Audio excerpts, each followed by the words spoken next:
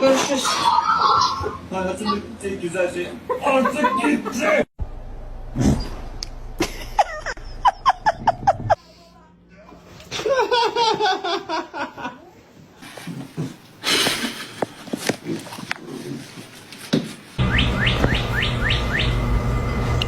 Reggie, don't eat him.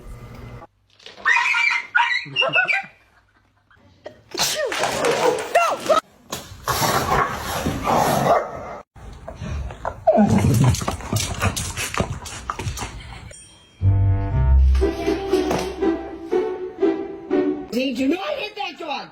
Rosie Khaleesi, Diamond Marie.